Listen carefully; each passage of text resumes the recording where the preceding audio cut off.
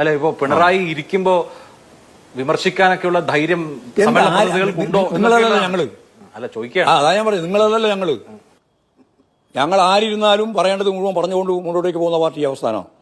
അവിടെ ആരെങ്കിലും ഇങ്ങനെ ഒരാൾ ഇരിക്കുന്നു എന്നുള്ളതുകൊണ്ട് അയ്യോ ഇനി എങ്ങനെയാ ഞാൻ പറയാ, അതല്ല കമ്മ്യൂണിസ്റ്റ് പാർട്ടി. അത് അറിയാതിട്ടാ നല്ല രീതിയിലുള്ള പ്രക്രിയ നടന്നു. അതുകൊണ്ടാണ് നവീകരിക്കുന്നു എന്ന് ഞാൻ പറഞ്ഞത്. അപ്പോൾ പാർട്ടി സമ്മേളനം എന്ന് പറയുന്നത് കേവലമായിട്ടുള്ള സെക്രട്ടറിയെ അല്ലെങ്കിൽ കമ്മിറ്റി തിരഞ്ഞെടുക്കൽ മാത്രമല്ല, അതൊരു നവീകരണ പ്രക്രിയയാണ്. അവസാനിപ്പിച്ചു. ഇപ്പോൾ ഈ പല ജില്ലാ സമ്മേളനങ്ങളിലും അപ്രതീക്ഷിതമായി ജില്ലാ സെക്രട്ടറിമാർ വരികയും ചിലയിടത്ത് വോട്ടിംഗ് നടക്കുകയും ഒക്കെ ചെയ്തതായി വാർത്ത വന്നു. ഒരു വാർത്ത ശരിയല്ല. അപ്രതീക്ഷിതമായ സെക്രട്ടറിമാർ ആരും വന്നില്ല. ഒരു സെക്രട്ടറിയും വന്നില്ല. എല്ലാം പ്രതീക്ഷ.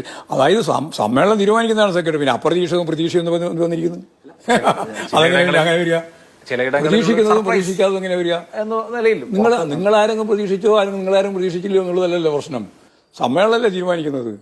സമ്മേളനം സംസ്ഥാന കമ്മിറ്റിയെ തീരുമാനിക്കും, സംസ്ഥാന കമ്മിറ്റി സെക്രട്ടറിയെ തീരുമാനിക്കും, അതുപോലെ തന്നെ സംസ്ഥാന കമ്മിറ്റി തന്നെ സെക്രട്ടേറിയറ്റിനെ തീരുമാനിക്കും. അതിലെന്താ പ്രശ്നം? ഇപ്പോ വിഭാഗീയതയുടെ എല്ലാ അംശങ്ങളും പൂർണ്ണമായും കെട്ടടങ്ങി. ഇപ്പൊ പാർട്ടി നല്ല ആരോഗ്യമുള്ള സംഘടനാ സമ്മേളനങ്ങളാണ് നടന്നത്. ആരോഗ്യത്തോടു കൂടിയുള്ള സമ്മേളനങ്ങളായിരുന്നു. വിമർശനം, സ്വയം വിമർശനം, അതിനുള്ള മറുപടി, പ്രവർത്തന റിപ്പോർട്ടിന്റെ മേലെ കൃത്യമായിട്ടുള്ള നിലപാട് സ്വീകരിച്ചുകൊണ്ട് ഏകണ്ഠമായ പ്രവർത്തന റിപ്പോർട്ട് അംഗീകാരം, അതിനുശേഷം ഏകണ്ഠമായ കമ്മിറ്റി അംഗീകാരം, പുതിയ രീതിയിലുള്ള സെക്രട്ടറി തെരഞ്ഞെടുപ്പ് ഒക്കെ അതിന്റെ ഭാഗമായിട്ട് നടന്നു. ഇപ്പോൾ പാർട്ടി ജില്ലാ സമ്മേളനങ്ങൾ പകുതി പിന്നിട്ടപ്പോൾ മുഖ്യമന്ത്രി പിണറായി വിജയൻ തുടർന്നുള്ള ജില്ലാ സമ്മേളനങ്ങളിൽ സമ്പൂർണ്ണമായും പങ്കെടുക്കുകയും അതേ തുടർന്ന് വിമർശനങ്ങളൊക്കെ ഒന്ന് പതുക്കെ ആവുകയോ അല്ലെങ്കിൽ വിമർശനങ്ങളുടെ ഒക്കെ മുന കുറയുകയോ കുറെ കൂടി ഡിസിപ്ലിൻഡ് ആവുകയോ ഒക്കെ ചെയ്തു എന്നൊക്കെ പത്രങ്ങളിൽ വാർത്ത വന്നിരുന്നു. ഇങ്ങനെ ഈ പത്രങ്ങൾ എന്തൊക്കെ പറയുന്നുണ്ട്? ഈ പത്രം നോക്കിയിട്ടാണോ കാര്യം തീരുമാനിക്കുന്നത് രാഷ്ട്രീയം? നിങ്ങൾ മനസ്സിലാക്കേണ്ടത്, ഒന്ന് വസ്തുത അറിയാൻ വേണ്ടി അന്വേഷിക്കണം. അന്വേഷിച്ചിട്ടില്ല ഇതുവരെ. പത്രം ഇങ്ങനെ ഇപ്പൊ ചോദിച്ചിട്ട് കാര്യമില്ല, എല്ലാം കഴിഞ്ഞില്ലേ. ഇപ്പം ചോദിച്ചിരുന്ന ഇനി ഞാൻ പറഞ്ഞുതരാം. അത് ഞാൻ പറയാം. പാർട്ടി സമ്മേളനങ്ങൾ എങ്ങനെയാണ് നടക്കേണ്ടത് എന്നുള്ളതിന് കൃത്യമായിട്ടുള്ള ഗൈഡൻസ് ഉണ്ട്. പാർട്ടി സെൻട്രൽ കമ്മിറ്റി തന്നെ തീരുമാനിച്ചിട്ടുണ്ട്. നമ്പർ എത്തിയിരിക്കണം തുടങ്ങി മുഴുവൻ കാര്യങ്ങളും അവർ തീരുമാനിച്ചിട്ടുണ്ട്. ഞങ്ങളും തീരുമാനിച്ചിട്ടുണ്ട്. താഴത്ത് വരുമ്പോൾ ഞങ്ങളും തീരുമാനിച്ചിട്ടുണ്ട്. ഇവിടെ സമ്മേളനം നടത്തുന്നതിന് നേതൃത്വം കൊടുക്കേണ്ടത് ആരാണ് എന്ന് പാർട്ടി സംസ്ഥാന കമ്മിറ്റി കണ്ടു. ആരൊക്കെയാണ്? 4 PB മെമ്പർമാരുണ്ട്. 4 PB മെമ്പർമാരെ അറിയാലോ. വിജയരാഘവനുണ്ട്, ബേബിയുണ്ട്, അതുപോലെ പിണറായി ഉണ്ട്, ഞാനുണ്ട്. 4 ആളാണ്. സമ്മേളനത്തിൽ പങ്കെടുക്കേണ്ട ആളുകളെ തീരുമാനിച്ചു. അങ്ങനെ തീരുമാനിച്ചപ്പോൾ 3 സമ്മേളനം ബേബി പങ്കെടുക്കും, 3 സമ്മേളനം വിജയരാഘവൻ പങ്കെടുക്കും, 3 സമ്മേളനം പിണറായി പങ്കെടുക്കും, ബാക്കി സമ്മേളനം ഞാൻ പങ്കെടുക്കും. ഇങ്ങനെയാണ്. അപ്പോൾ സ്വാഭാവികമായിട്ടും സമ്മേളനത്തിൽ പങ്കെടുത്തുകൊണ്ടിരിക്കുമ്പോൾ ഞാൻ പങ്കെടുക്കുന്ന സമ്മേളനത്തിൽ പിണറായി കൂടി പങ്കെടുക്കുന്ന സമ്മേളനങ്ങൾ വരും. അവിടെ ആരാണ് സമ്മേളനത്തിൽ പങ്കെടുക്കേണ്ടതെന്ന് മുൻകൂട്ടി തീരുമാനിച്ചിട്ടുണ്ട്. ആ തീരുമാനിച്ച ആൾ തന്നെയാണ് ഉദ്ഘാടന പ്രസംഗം നടത്തുക, മറുപടി പറയുക. അവിടെ വേറെ ആരും പ്രസംഗിക്കേണ്ട കാര്യമൊന്നുമില്ല. അപ്പോൾ പല ആളും വിചാരിക്കുക കോൺഗ്രസിൻ്റെ സമ്മേളനം പോലെയാണെന്നാണ്. ഓരോ അഭിവാദ്യ പ്രസംഗം. ഞങ്ങൾ ഒരു സ്ഥലത്ത് ഒരു അഭിവാദ്യ പ്രസംഗം നടത്തിയില്ല ഒരാളും. ആകെ നടക്കുന്ന ഒരു ഉദ്ഘാടന പ്രസംഗം. ഉദ്ഘാടന പ്രസംഗത്തിൻ്റെ മേലെ സ്വാഭാവികമായിട്ട് ചർച്ച, ആ ചർച്ചയ്ക്ക് മറുപടി.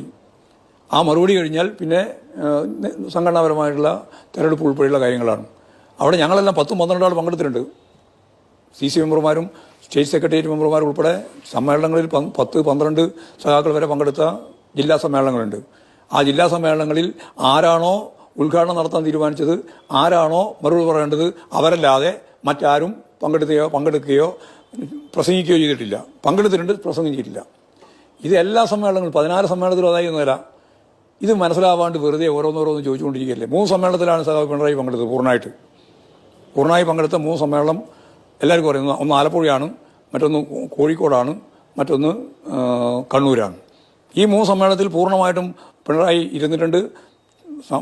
സംഘടന രാഷ്ട്രീയ ഉൾപ്പെടെ ചേർന്നുള്ള ഉദ്ഘാടന പ്രസംഗം നടത്തി, ചർച്ചയ്ക്ക് മറുപടി പറഞ്ഞു, കഴിഞ്ഞു, സമ്മേളനം തീർന്നു. അപ്പോൾ എന്താ പറയുന്നത് വെച്ചാൽ അവിടെ സെക്രട്ടറി ഉൾപ്പെടെ ഉണ്ടായിട്ട് സെക്രട്ടറിയെ മുണ്ടാൻ അനുവദിച്ചിട്ടില്ല. അതൊക്കെ ശുദ്ധ അസംബന്ധങ്ങൾ എഴുന്നള്ളിച്ചുകൊണ്ടിരിക്കുകയാണ്. കാര്യങ്ങൾ മനസ്സിലാക്കേണ്ട. അങ്ങനെയാണ് കാര്യങ്ങൾ മനസ്സിലാക്കാൻ വേണ്ടി ഞങ്ങളോട് ചോദിക്കുക, നിങ്ങൾ എങ്ങനെയാണ് സമ്മേളനത്തിൽ ഇവരാരൊക്കെ പങ്കെടുക്കണമെന്നാണ് തീരുമാനിച്ചത് ചോദിക്കണ്ടേ?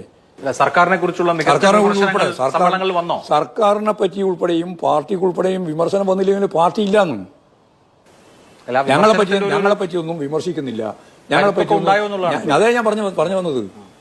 ഞങ്ങളെ പറ്റിയൊന്നും വിമർശിക്കുന്നില്ല, സംസ്ഥാന കമ്മിറ്റിയെ പറ്റി വിമർശിക്കുന്നില്ല, ഗവൺമെന്റിനെ പറ്റി വിമർശിക്കുന്നില്ല എന്ന് പറഞ്ഞാൽ പിന്നെ സമ്മേളനമില്ല, പാർട്ടിയില്ല. എല്ലാ വിമർശനമുണ്ട്. ആ വിമർശനം എല്ലാം പാർട്ടി കൃത്യമായിട്ട് കേട്ടിട്ടുണ്ട്. അതിനെല്ലാം കൃത്യമായ മറുപടിയുണ്ട്. ആ മറുപടി കൂടി ചേരുമ്പോഴാണ് പ്രവർത്തന റിപ്പോർട്ട് അംഗീകരിക്കുന്നത്. അതിന്റെ തുടർച്ചയായിട്ടാണ് കമ്മിറ്റി വരുന്നത്. അതാണ് ഏകണ്ഠമായിട്ട് അംഗീകരിക്കപ്പെട്ടത്. അപ്പോ സംശയം തീർന്നില്ലേ? അല്ല, ഇപ്പോ പിണറായി ഇരിക്കുമ്പോ വിമർശിക്കാനൊക്കെയുള്ള ധൈര്യം സമ്മേളന പ്രതിനിധികൾക്കുണ്ടോ? നിങ്ങളല്ലല്ലോ ഞങ്ങള്. അല്ല, ചോദിക്കുക. അതാ ഞാൻ പറയും, നിങ്ങളല്ലല്ലോ ഞങ്ങള്. ഞങ്ങൾ ആരിരുന്നാലും പറയേണ്ടത് മുഴുവൻ പറഞ്ഞുകൊണ്ട് മുന്നോട്ടേക്ക് പോകുന്ന പാർട്ടി അവസ്ഥാനം. അവിടെ ആരെങ്കിലും ഇങ്ങനെ ഒരാൾ ഇരിക്കുന്നു എന്നുള്ളതുകൊണ്ട് അയ്യോ ഇനി എങ്ങനെയാ ഞാൻ പറയാ? അതല്ല കമ്മ്യൂണിസ്റ്റ് പാർട്ടി. അത് അറിയാതിച്ചാ നല്ല രീതിയിലുള്ള സ്വയം വിമർശന പ്രക്രിയ നടന്നു. അതുകൊണ്ടാണ് നവീകരിക്കുന്നു എന്ന് ഞാൻ പറഞ്ഞത്. അപ്പോൾ പാർട്ടി സമ്മേളനം എന്ന് പറയുന്നത് കേവലമായിട്ടുള്ള സെക്രട്ടറിയെ അല്ലെങ്കിൽ കമ്മിറ്റി തിരഞ്ഞെടുക്കൽ മാത്രമല്ല, അതൊരു നവീകരണ പ്രക്രിയയാണ്. ആ നവീകരണ പ്രക്രിയയിലെ ഏറ്റവും പ്രധാനപ്പെട്ട അജണ്ട ഞാൻ നേരത്തെ പറഞ്ഞതാണ്. സ്വയം വിമർശനവും ആ വിമർശനത്തിന്റെ മറുപടിയും ഇത്രയും കൂടി ചേരുമ്പോൾ മാത്രമേ സ്വാഭാവികമായിട്ടും നവീകരണ പ്രക്രിയയിൽ പാർട്ടി സഖാക്കളെ മുഴുവൻ ഭാഗവാക്കാൻ സാധിക്കുള്ളൂ. ആ പ്രക്രിയ നടന്നിട്ടുണ്ട്. സംസ്ഥാന സമ്മേളനത്തിലും അതുപോലെ തന്നെ സ്വാഭാവികമായി ഉണ്ടാവുന്ന വിമർശനങ്ങളൊക്കെ ഉണ്ടാവും. സ്വാഭാവികമായിട്ടില്ല. അവർക്ക് ഓരോരുത്തർക്കും പറയാനുള്ള മുഴുവൻ വിമർശനവും അവരുന്നയിക്കും.